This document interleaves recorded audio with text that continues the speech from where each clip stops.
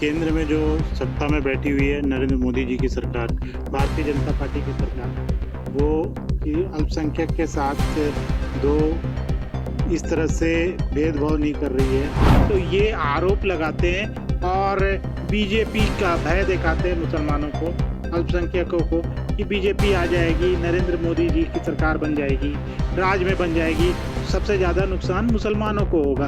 आज विपक्ष पार्टी की एक ही मुद्दा है कि एनआरसी गलत है, एंटी मुस्लिम है, एंटी माइनॉरिटीज़ है। ऐसा है कि झारखंड अपने आप में एक स्टेट नहीं है, ये बिहार से कटकर बना हुआ एक राज्य है। नमस्कार, मेरा नाम है हर्षित और आप देख रहे हैं एमजी मीडिया न्यूज। 2014 में भाजपा की सरकार केंद्र सत्ते पर बैठती है, नरेंद्र मोदी बनते हैं देश के नए प्रधानमंत्री। लेकिन वक्त के साथ साथ विपक्षी सरकार और कुछ लोगों ने एक सवाल उठाना शुरू कर दिया कि मोदी सरकार अल्पसंख्यकों के लिए खतरा बन रही है। वो जितने भी पिछड़े वर्ग के लोग हैं या फिर माइनॉरिटी सेक्शन के जो लोग हैं, उन लोगों के हितों के लिए नीतियां नहीं बना रही है। अब इस बात में कितनी सच्चाई है और इसके अंदर और कितनी गहरी राजनीति होती नजर आ रही है, इसके बारे में माइनॉरिटी अफेयर्स से ही बात करने के लिए आज मेरे साथ मौजूद हैं श्री रिजवान खान जी। झारखंड स्टेट के माइनॉरिटी सेक्शन से बिलोंग करते हैं। माइनॉरिटी का जितना भी पूरा वो समाज वर्ग है, उसके लिए ये प्रतिनिधि की तरह वहाँ काम करते हैं। तो मुझे लगता है कि रिजवान जी से अच्छे से इस बारे में कोई नहीं बता पाएगा। रिजवान जी, बहुत बहुत स्वागत है आपका एमजी मीडिया न्यूज़ पे। रिजवान जी, जैसे मैंने सबसे पहले ही लाइन ये बोली, क्या भाजपा सरकार माइनॉरिटीज यानी अल्पसंख्यकों के लिए खतरा बन रही है या फिर उनकी नीतियां अल्पसंख्यक विरोधी हो रही है? सर, ऐसा नहीं है। केंद्र में जो सत्ता में बैठी हुई है नरेंद्र मोदी जी की सरकार, भारतीय जनता पार्टी की सरकार, वो कि अल्पसंख्यक के साथ दो इस तरह से भेदभाव नहीं कर रही है। जैसे विकास बहुसंख्यक के लिए या हिंदू के लिए या दूसरे वर्ग के लिए या मुस्लिम के लिए नहीं है, ऐसा नहीं है। वो प्रोपेगेंडा नहीं करती। जैसे विकास काम होता है, बीजेपी की एक नारा थी, सबका विकास, सबका साथ, सबका विकास और सबका प्रयास। तो उसमें सहभागिता केंद्र की जो भी योजना है वो हर वर्ग में जाती है। अल्पसंख्यक वर्ग में भी वो पहले से ज़्यादा बेनिफिट मिल रहा है मुसलमानों को, अल्पसंख्यकों को। जैसे उदाहरण है, मैं 2018 में मैं झारखंड स्टेट हज कमेटी का चेयरमैन भी रहा और राज्य सरकार के अंदर। तो उस समय मैंने देखा, मेरे नेतृत्व में 2 साल 2018-2019 में हाजी गए वहाँ से स्टेट से। तो उसमें देखा कि नरेंद्र मोदी जी के प्रयास से जो कोटा निर्धारित करता है सऊदी अरेबिया हाजी लोगों के लिए, उसमें नरेंद्र मोदी जी ने वहाँ के प्रिंस सलमान से बात करके कोटा को बढ़ाया और पुन से लगभग 40-50% कोटा बढ़ा। पूरे दुनिया से कोटा मिलता है, हर देश को इतने जितना कोटा निर्धारित होता है उतनी ही हाजी जाते हैं। तो उसमें नरेंद्र मोदी ने किसी तरह का भेदभाव नहीं किया। रहा विपक्ष दल ये आरोप लगाते हैं, जैसे आपने बताया, तो विपक्ष दल तो आरोप लगाएंगे ना। अगर किसी की दुकान चल रही है तो उसके दुकान में इंक्रोचमेंट हो जाता है या उसको बेदखल किया जाता है तो आरोप लगाएंगे। वो रहा तथाकथित सेकुलर पार्टी जैसे कांग्रेस हो गए या विपक्ष में जो भी दल हैं जो खुद को कांग्रेस बताइए सेकुलर बताती है, जैसे यूपी में regional party Samajwadi party, Bihar में आरजेडी, ऐसे तथाकथित सेकुलर पार्टी है राज्य स्तर पे, केंद्र में कांग्रेस पार्टी है।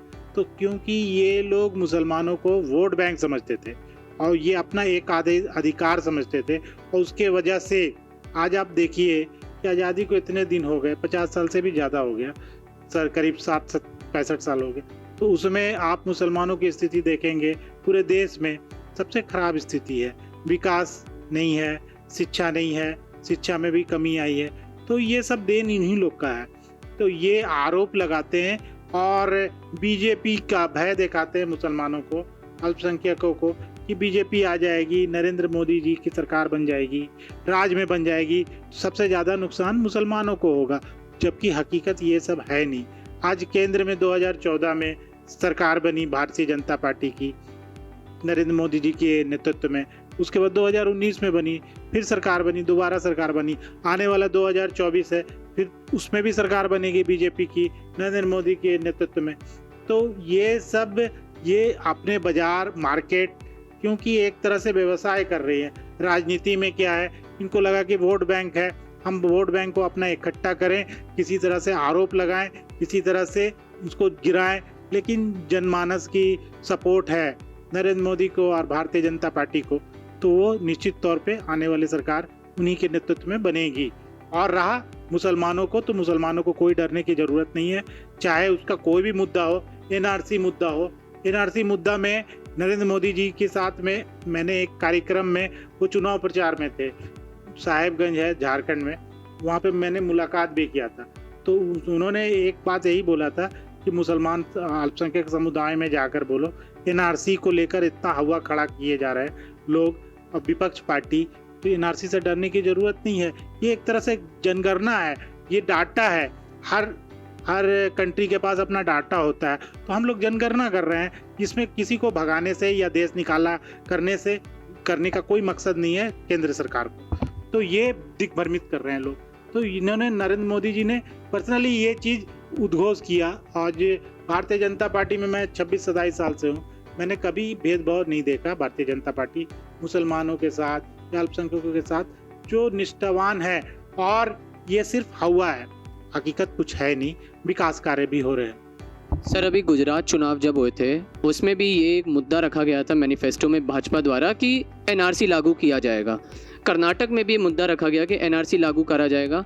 गुजरात में अभी तक लागू नहीं किया गया, तो लोग कहीं ना कहीं ये आकलन कर रहे हैं कि कर्नाटक में भी शायद एनआरसी लागू ना हो या समय ले।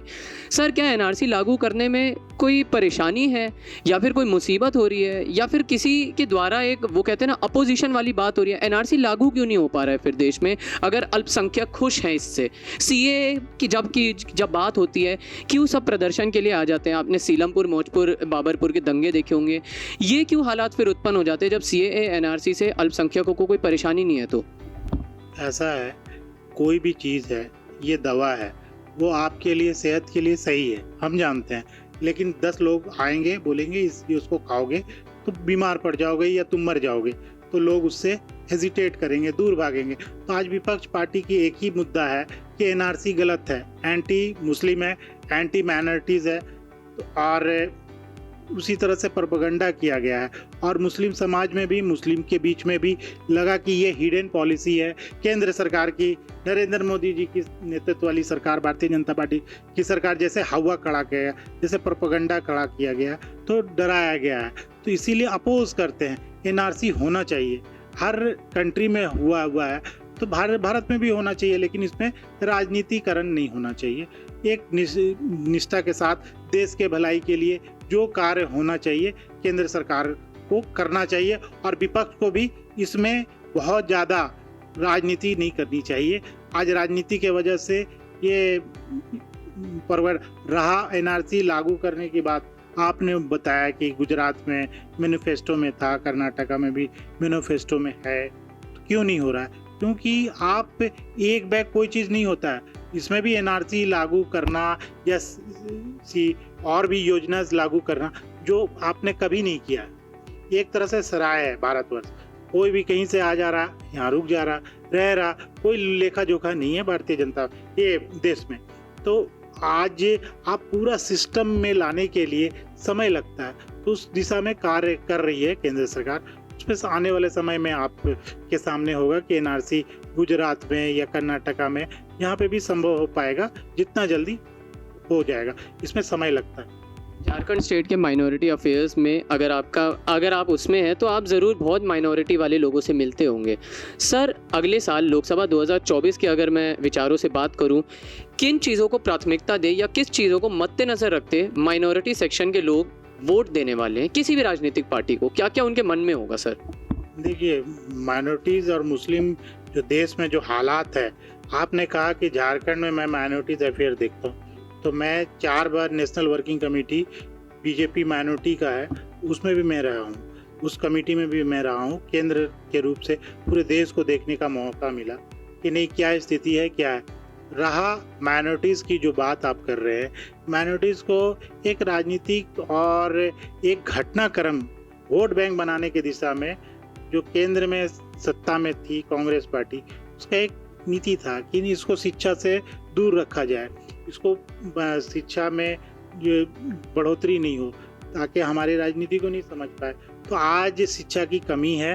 तो इसके वजह से ये कुछ मुद्दे को लेकर वो आकलन नहीं कर पाती, जो अशिक्षित लोग होते हैं किसी भी समाज के, तो वो ये नहीं जस्टिफाइड कर सकते कि ये सही है या गलत है, तो वो गलत को भी सही मान लेते सही, तो इसीलिए जस्टिफिकेशन नहीं होता। लेकिन जो पढ़े लिखे तबके हैं मुस्लिम कम्युनिटी में वो समझते हैं, और यूपी चुनाव में भी या गुजरात चुनाव में भी उसके हिडन जो भी वोट्स पड़े, जो पढ़े लिखे या तबके या लेडीज़, जो मुस्लिम लेडीज़ हैं, उनके मत पड़े हैं मोदी जी के कार्य को देखते हुए। चाहे उज्ज्वला योजना हो, चाहे गैस सिलेंडर हो, और भी योजना, आवास योजना है, प्रधानमंत्री आवास योजना, उसमें किसी तरह का भेदभाव नहीं हुआ, उनको उसका लाभ मिला है। उसको देखते हुए उन्होंने समर्थन किया है। हम अपेक्षा कर सकते हैं कि आने वाले समय में ये प्रतिशत बढ़ेगा, और कुछ समय और लगेगा तो ये इनकी राजनीति दुकान जो चला रहे हैं तथा कथित सेक्युलर पार्टी, उनकी राजनीति दुकान बंद होगी। लगभग 1.25 साल बाद झारखंड में भी वहाँ के झारखंड चुनाव है, वहाँ पे मुख्यमंत्री नए चुने जाएंगे, हेमंत सोरेन होंगे, वो सर बात की बात है। लेकिन सर एक झारखंड में एक चीज़ है कि अगर आपने सुना हो आयरन, ये स्टील हो गया, इन सब का बहुत बड़ा भंडार माना जाता है झारखंड। हम मिनरल्स हो गए, रिसोर्सेज जिन्हें कहते हैं, बड़े बड़े अच्छे उत्पादन जिससे आगे आउटपुट बनता है, सामान बनता है, आयरन स्टील हो गया। सर इतना सब देने वाला झारखंड पिछड़े राज्यों में क्यों माना जाता है? क्या वहाँ की राजनीति ऐसी है, वहाँ का सामाजिक मुद्दे हैं जैसे कि नक्सलाइट हो गया, वो इसका कारण है? ऐसा क्या कारण है कि झारखंड, जो कि देश के सबसे ज़्यादा उत्पादन देने वाला राज्य, पिछड़े राज्यों में माना जाता है झारखंड? सर ऐसी वो क्या कारण है सर, वो भी मैं आपसे एक बार जानना चाहूँगा। ऐसा है कि झारखंड अपने आप में एक स्टेट नहीं है, ये बिहार से कटकर बना हुआ है एक राज्य है, और कोई भी चीज़ को आपको आगे बढ़ाने के लिए एक मैनेजमेंट चाहिए। एक सही दिशा में कार्य करेंगे तभी आप उन्नति कर सकते हैं। आपके पास सोना भी रहे, आप उसका उपयोग नहीं कर पाए, आपके पास पैसा भी रहे, आप उपयोग नहीं कर पाए, तो आप तो पिछड़े ही रहेंगे ना। तो उसी तरह से कोई मैनेजमेंट नहीं है, बिहार के साथ लगा हुआ था ये, और बिहार से कट के ये राज्य बना है। तो अस्थिरता बनी हुई थी लगातार, जितने दिन से सरकार रही झारखंड में, लगभग 80% आप देखेंगे कि गठबंधन की सरकार वहाँ पे चली है। पिछला सरकार पूर्ण बहुमत की भारतीय जनता पार्टी की सरकार है, और ये हेमंत सोरेन की सरकार पूर्ण बहुमत की सरकार चल रही है। बस मात्र ये दो सरकार को छोड़कर आप पिछला गठबंधन और बहुत सारी पार्टी, बहुत सारे विधायक, इंडिपेंडेंट विधायक, उनकी मिक्सचर है, उसमें एक सोच, एक दिशा आप राज्य को नहीं दे पाए, तो उसके वजह से आज पिछड़ापन है। तो आने वाला समय में हम उम्मीद कर सकते हैं कि जो अगला चुनाव होगा उसमें भारतीय जनता पार्टी पूर्ण बहुमत से आएगी, और इस दिशा में अभी वहाँ पे काम करने की ज़रूरत है, क्योंकि कोई भी कोई भी चीज़ को अगर आप सुधारेंगे उसमें समय लगेगा। आप बिहार से इतने दिन तक थे, आप डिसमैनेजमेंट थे, तो अब उसको थोड़ा समय लगेगा। तो आने वाला समय में भारतीय जनता पार्टी की सरकार बनेगी, अच्छा मैनेजमेंट होगा, तो उन्नति में थोड़ा समय लगेगा, तो वहाँ पे बनेगी। रिजवान जी से बात करी तो ज़रूर एक जो मेरा प्राथमिकता पे रखने वाला मुद्दा था वो यही था, क्या वाकई में अल्पसंख्यक खतरे में है नरेंद्र मोदी के संरक्षण में? क्या अल्पसंख्यकों के विरोध में नीतियां निकलती है केंद्र सरकारों के द्वारा? इसका सही से इन्होंने बहुत अच्छे से जवाब दिया। तहे दिल से धन्यवाद सर कि आपने एक प्रकाश डाली इस चीज़ पे। ऐसे तमाम इंटरव्यूज़ और न्यूज़ के साथ जुड़े रहने के लिए MG मीडिया न्यूज़ को सब्सक्राइब करना मत भूलिएगा। बहुत बहुत धन्यवाद।